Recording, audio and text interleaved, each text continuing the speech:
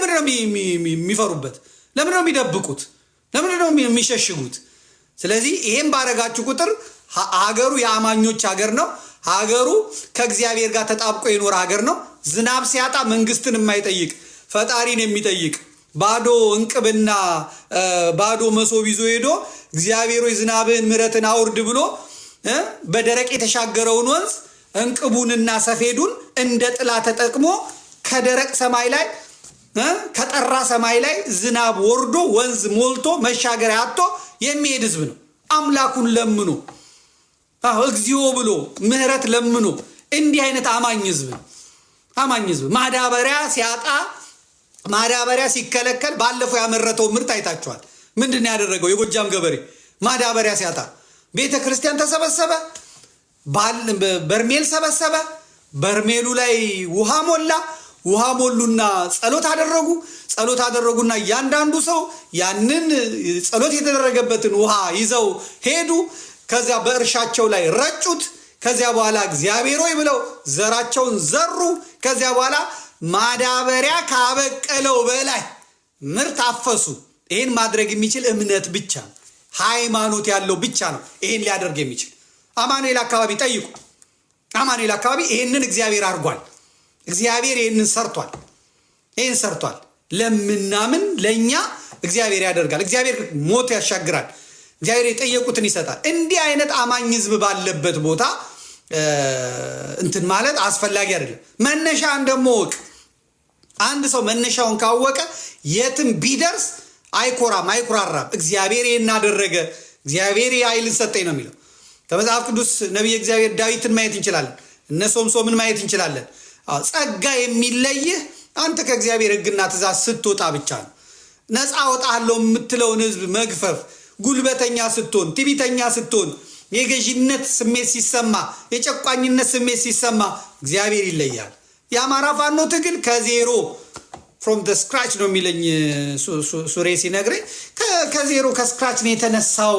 በቃ ምንም ከሌለበት ድንጋይና ውዥግራ ይዞ ነው፣ ጥቂት መሳሪያ ይዞ ነው የተነሳው። ዛሬስ ከታንክ መለስ ከድሮን በመለስ ያለው ቀላል ከባድ መሳሪያ ሁሉ እጁ ገብቷል። ይህን ያደረገለት ማን ነው? እግዚአብሔር አምላከ ዳዊት፣ አምላከ ንጹሐን፣ አምላከ ቅዱሳን ከዜሮ አስነስቶ ማለት ነው። ከዜሮ አስነስቶ እዚህ ያደረሰው እግዚአብሔር ነው። ስለዚህ እግዚአብሔርን የማይፈራ ፋኖ፣ አላህን የማይፈራ ፋኖ፣ ለፈጣሪው የማይንበረከክ ፋኖ ህዝቡንም አይፈራም፣ ለህዝቡም አይንበረከክም፣ ለህዝቡም አይገዛም። ትዕቢተኛ ነው የሚሆን። ትዕቢተኛን ደግሞ እግዚአብሔር ይበቀለዋል። ትዕቢተኛ ፋኖን እግዚአብሔር ይበቀለዋል። ትዕቢተኛ ብልጽግናን እግዚአብሔር ይበቀለዋል። ትዕቢተኛ ወያኔን እግዚአብሔር ይበቀለዋል። ትዕቢተኛ ብአዴንን እግዚአብሔር ይበቀለዋል።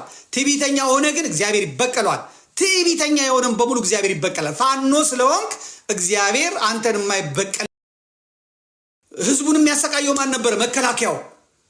ህዝቡን የሚመታው ማን ነበረ? መከላከያው። የሚደበድበው ማን ነበረ? መከላከያው። አሁን ተገልብጧል። በእነ አስረስ ማረ የሚመራው የፋኖ ቡድን አማራሪ ነው ህዝብን። ሚኒሻውና መከላከያው ምን እንደሰማ አይታወቅም። ከዚህ ከደብረ ማርቆስ እስከ ባህር ዳር ባለው ነው የምነግራቸው። ማበሻቀጡ፣ ሹፌሩን ረዳቱን የሚወግሩት የሚመቱት ምት፣ መታወቂያ ያሉ መታወቂያው መምህር ካለ በለው ነው፣ ዶክተር ከሆነ በለው ነው። ይሄ ማለት እዛ ኬላ ላይ የተመደቡት ሰዎች የአማራ ፋኖች አይደሉም ማለት ነው። የአማራ ፋኖ ከሆነ ማድረግ ያለበት እንደውም በትህትና እንዲሰጧቸው እንዲረዷቸው። አያልገበርኩም ካለ በለዚሁ ቆመ በቴሌብር አስተላልፍ፣ ለኛ ነው የምትገብረው ዘንድሮ። አረ እኔ ፈሪቻችሁ ነው ገብሬ ነበረ። ብልጽግና ነሃ በጫማ ጥፊ በጠረባ በቦክስ አፈር ከድሜ ያበሉታል። እንዲህ አይነት ወራዳውን ተከታትሎ ማስቆም ያለበት የአማራ ፋኖ በጎጃም፣ በጎንደር፣ በወሎ፣ በሸዋ ነው። ይህንን አሁን የሚናገር የለም፣ ይህን የሚመክር የለም። ቪዲዮ መልቀቅ እችላለሁ እኔ፣ ቪዲዮ ማሳየት እችላለሁ እኔ። በጣም ወራዳ ስራ እየተሰራ ነው፣ ግን ህዝቡ በመንቃቱ ደስ ብሎኛል። አሁን በቀደም ከአንደኛው ብርጌድ ውስጥ አንዱ ተያዘ። ሁኔታው ስላላማራቸው ፋኖ ነው ግን ይንቀዠቀዣል። ምን ይላል? ያዙትና ሲመረምሩት እኔ ብቻ አይደለሁም ማለት ማን አለ እዚህ ጋር እንደዚህ ነን፣ እዚህ ቦታ እንደዚህ ነን፣ እንደዚህ ቦታ ነው የገባ ነው ምናምን አትግደሉኝ አለ። ምክንያቱም ተመልምሎ የገባ ስለሆነ አምኖበት የገባ ስላልሆነ ቀባጠረ። በዚያ መሰረት ሄደው እያንዳንዱን ለቅመው አምጥተው ሲያዩዋቸው የመንግስት ሰዎች ናቸው። አያችሁ፣ ፋኖ ሆኖ ሲሄዱ ገጠር በቦክስ የሚመቱት ምናምን የሚመቱት እነዚህ ናቸው። ይሄንን ማንቃት እስካልተቻለ ድረስ ፋኖ እያሸነፈ ነው፣ ፋኖ እንደዚህ እያደረገ ነው ምናምን ውስጥ እየተቦረቦረ ምንድን ነው የምታሸንፈው? አታሸንፍ።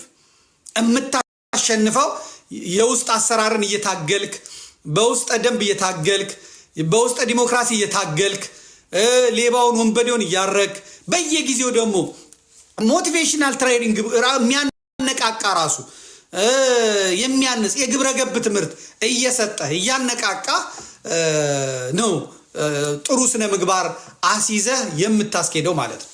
ይሄ ባለጌ መረን ስርዓት የለሽ እንዳይሆን ልክ እንደ ፋኖ ሳሚ ባለድል ልክ ሌሎችም አሁን ጀምረዋል። በቃ የወታደር ዲሲፕሊን እንዲኖራቸው በውጊያ ጊዜ ባላው አባዚጋ ተኮሰ ዳዚ አድርግ አዳዚ ምታው ምናምን ሳይሆን ወታደራዊ ስልጠና መጠርነፍ አለበት።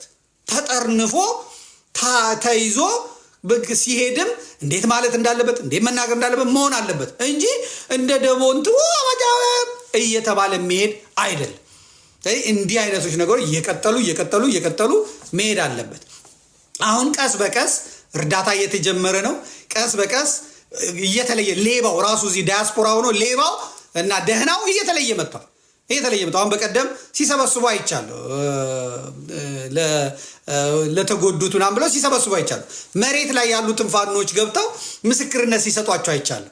ይሄ አሁን በሰፊው መቀጠል አለበት። ውጭ ያሉት ደህነኞቹም ወጥተው መሬት ያሉትም እውቅና ሰጥተው ተግባብተው መሬት ላይ ላለው ለተቸገረው በተለይ ነፃ የወጡ አካባቢዎች ላይ ለተቸገረው አማራ በመላው ዓለም ላይ ያለው መድረስ አለበት ማለት ነው።